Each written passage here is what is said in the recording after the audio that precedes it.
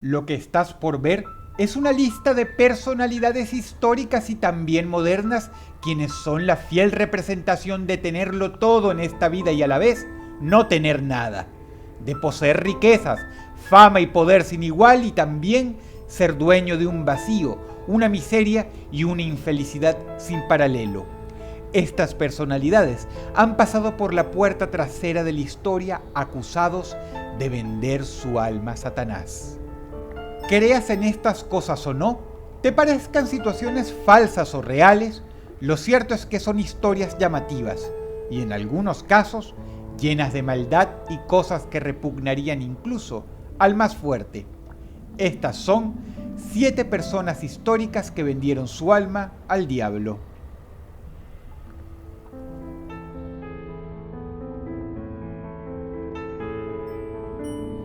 Número 7.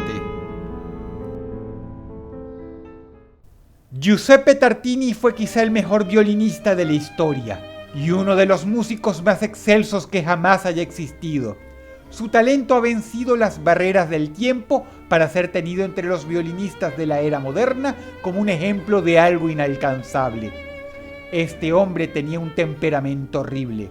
Se sabe que una vez, de joven, al escuchar tocar a alguien mejor que él, le dio un ataque de ira tal que lo obligó a huir de la ciudad donde residía para recluirse en las afueras y practicar en soledad por años, hasta aumentar considerablemente sus capacidades.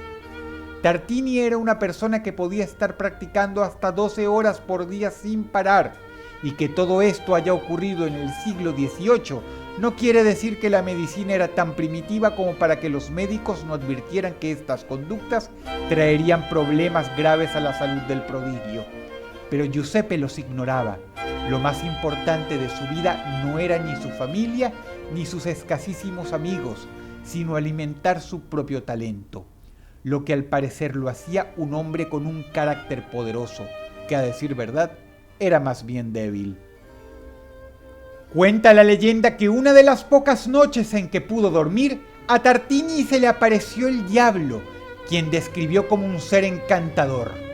Él escribió lo siguiente: en un momento dado le di mi violín a Satanás y le pedí que interpretara alguna pieza. Mi asombro fue inmenso cuando lo escuché tocar, con increíble bravura e inteligencia, una sonata romántica. Fue tal mi maravilla y éxtasis que quedé pasmado y de manera violenta me desperté. En plena madrugada, Tartini intentó replicar con su violín la pieza exacta que supuestamente el diablo le había regalado. Esta obra se convirtió en el Trino del Diablo y es una de las composiciones antiguas más famosas de la historia y la que lo haría ser conocido por siglos. La estás escuchando ahora mismo.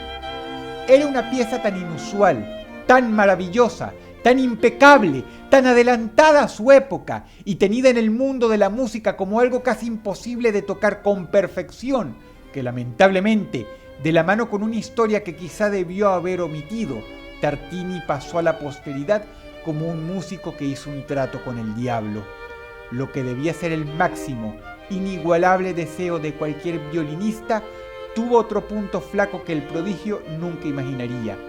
Incluso en su lecho de muerte, se sabe que él lloraba diciendo que su trino del diablo era literalmente excremento comparada a la versión que le tocó Satanás aquella noche. Número 7. Número 6. Edward Alexander Crowley, conocido mejor como Aleister Crowley, quien tenía la reputación de ser el hombre más torcido que jamás vivió, es quizá el ocultista más célebre de la historia. Y lo extraño es que no es un personaje de la antigüedad, es alguien que vivió en el siglo XX y murió en el año 1947. Proveniente de una familia muy adinerada, Alexander quedó huérfano de niño y fue criado por 2 tías ultraconservadoras y católicas. Esto debió haber devenido en una crianza estricta que convirtiera al chico en alguien muy sobrio y serio, pero lo cierto es que desde niño fue tenido como un demonio. Escribía poesía erótica, era increíblemente morboso y su conducta aún hoy, más de 100 años después, sería considerada bastante escandalosa. Formó parte de numerosas sectas y grupos dedicados al esoterismo. Alcanzó un gran rango en todas y cada una de estas sociedades secretas. Era respetado y temido.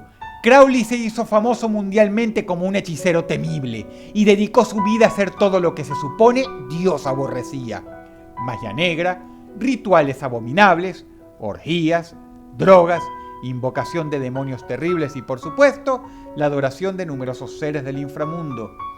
Se ofreció al comunismo ruso para ayudarlos a destruir el cristianismo y escribió varios libros esotéricos. Tuvo una hija con una mujer, a las cuales abandonó de la manera más artera en medio de un viaje. A Aleister Crowley se le ha citado diciendo que el sacrificio humano es maravilloso para los rituales. De hecho, él dijo una vez: un niño es inocencia pura, es la víctima más apropiada para un ritual. ¿Cómo una persona así, que reconoció cometer tantas atrocidades y en una época tan estricta, donde este tipo de cosas era todavía más perseguida de lo que sería hoy, logró conseguir tanta fama, respeto por parte de grandes autoridades y dinero que precedió la fortuna de sus difuntos padres? Como un hombre de esas características vivía en una mansión tan grande, rodeado de lujos y protección que venía inclusive de algunas personalidades de su época? Muchos lo atribuyen a un pacto demoníaco. Aleister Crowley había vendido su alma al diablo y a cambio esparció inmoralidad allá donde él fuere. Número 6. Número 5. Urbain Grandier se convirtió en uno de los sacerdotes católicos más célebres de todos los tiempos, por todas las razones equivocadas. Este hombre tiene una reputación todavía más baja que los antipapas, y las pruebas de que vendió su alma a Satanás fueron tan precisas e irrefutables que el Tribunal de la Inquisición deliberó en tiempo récord. Primero veamos su historia.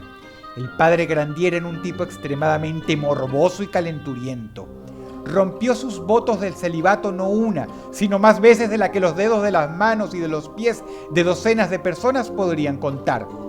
Y no solo eso, intentaba seducir a las monjas, y muchas de ellas afirmaron que él intentó embrujarlas para convertirlas en sus esclavas sexuales.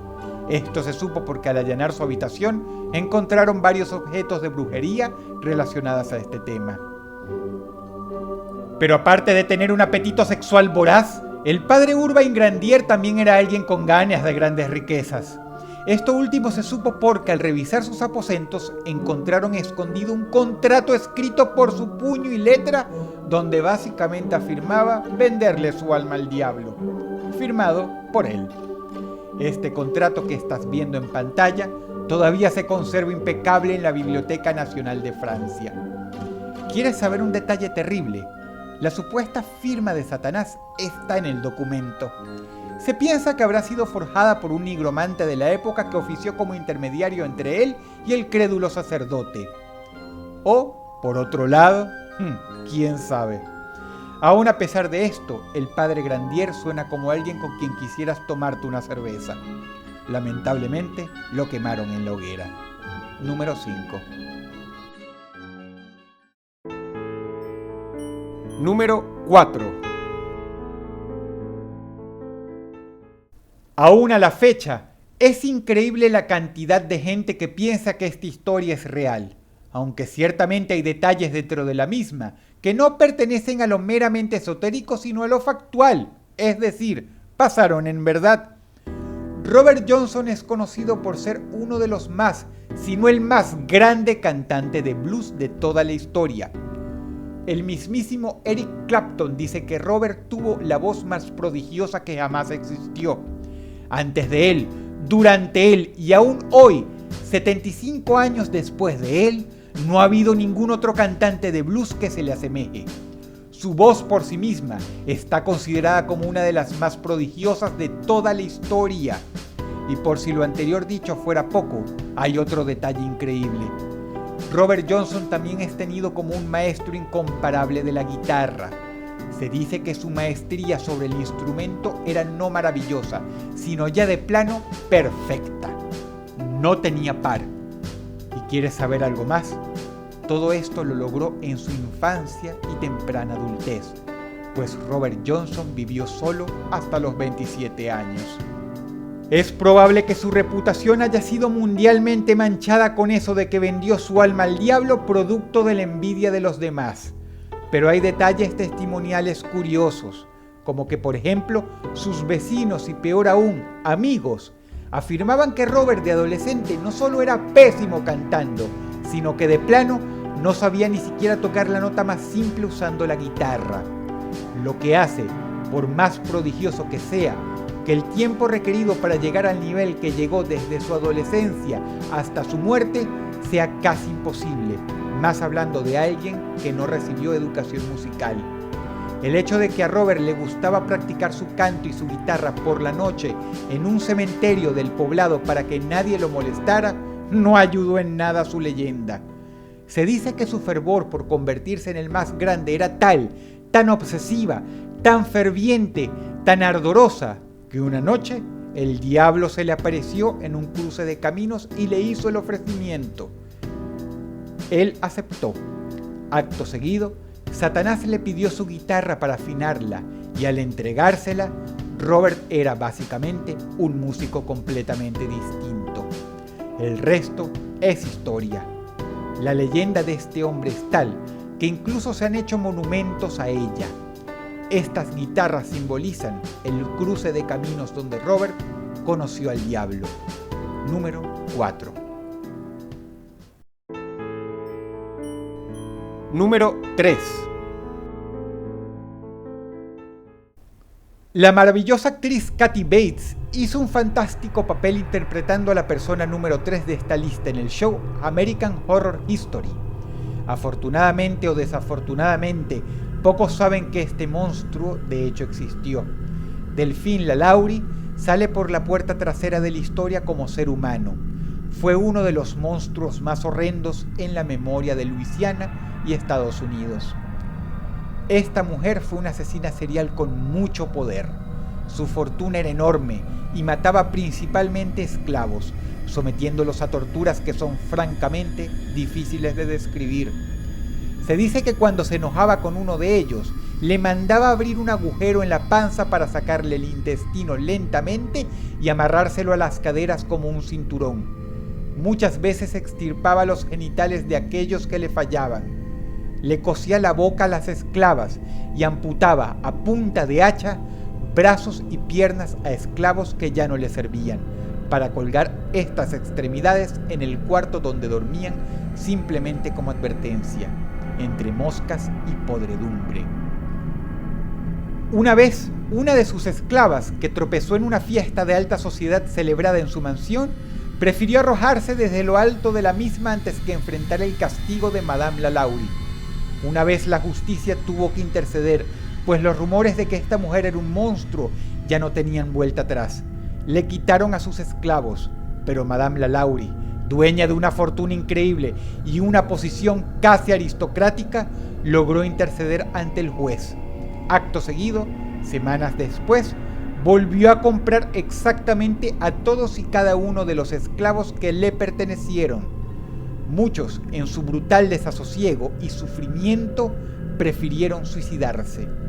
Al final, esta mujer tuvo que huir de Nueva Orleans a Francia, no solo porque descubrieron calabozos de tortura en su casa, sino porque además estaba acusada de ser practicante de las formas más bajas, ruines y peligrosas de la brujería.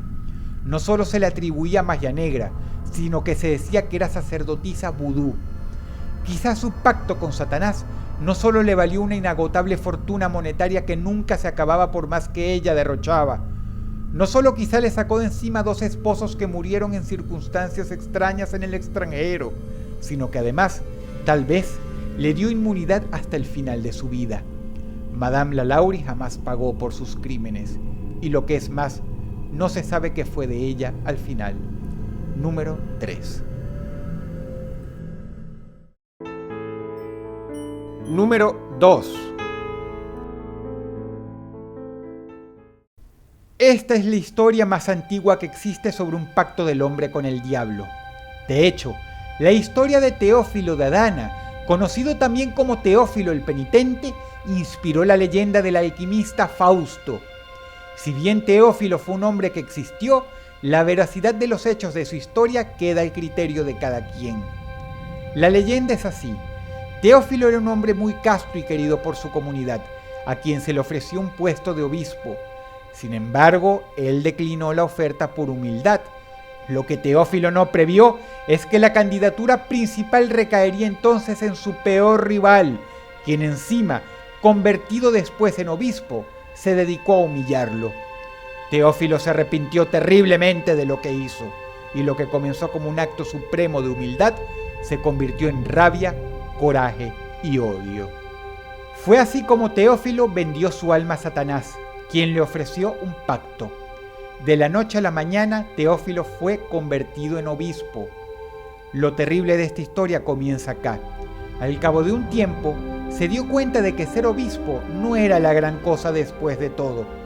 Se da cuenta de la pequeñez de su capricho y lo que ofreció a cambio de obtenerlo: condena eterna por los siglos de los siglos. Arrepentido y sufriendo, pide perdón a la Virgen María, quien se le aparece. Teófilo logra convencerla de que intervenga a su favor ante Dios. La Virgen lo dejó todo en un veremos. 30 días después de rezar fervientemente y ayunar, cosa que deterioró la salud de este hombre terriblemente, le llegó un mensaje del cielo. Había sido perdonado. Teófilo entonces, dichoso, cayó al suelo y murió.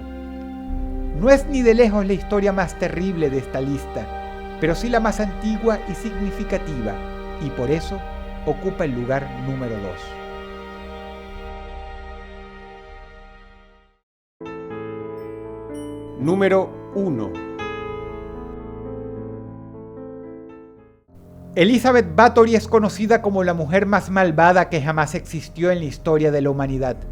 Paralelo a ello, también ostenta el puesto de ser una de las asesinas seriales más prolíficas de todos los tiempos. Y por si lo anterior fuera poco para describirla como una invitada preferencial en el Museo de los más retorcidos y abominables horrores de la creación, esta mujer tenía raíces profundas con la magia negra, el ocultismo y la brujería. Su historia es fascinante. Se sabe que, apoyada por sus lazos sanguíneos con la nobleza y su altísima posición aristocrática, asesinó a incontables niñas de las maneras más retorcidas, dándose baños de sangre y vísceras durante aquelarres atroces, mientras la víctima colgaba entre cadenas del techo con el estómago abierto. El apetito mortal de Elizabeth sobrepasó los límites de su castillo. Ella mandaba secuestrar jóvenes adolescentes en los poblados cercanos para traerlas a su monstruosa propiedad y drenarles sangre de las venas, que ella usaba como crema embellecedora y como bebida, pues creía que eso la rejuvenecía. Lo que poca gente sabe es que lo más fascinante de su historia no son las atrocidades que cometió, sino su entrada por la puerta grande de la magia negra. A la edad de 15 años, casada con un marido que estaba lejos peleando en una guerra y desprotegida por sus familiares, un sirviente de nombre Torco se ganó la confianza de ella y la introdujo al mundo de la hechicería. Pronto, a Elizabeth se le vería únicamente con este caballero, quien vestía siempre túnicas negras. En una carta ella escribió: Torco me enseñó un hermoso hechizo. Consigue una gallina negra, destrípala con un bastón.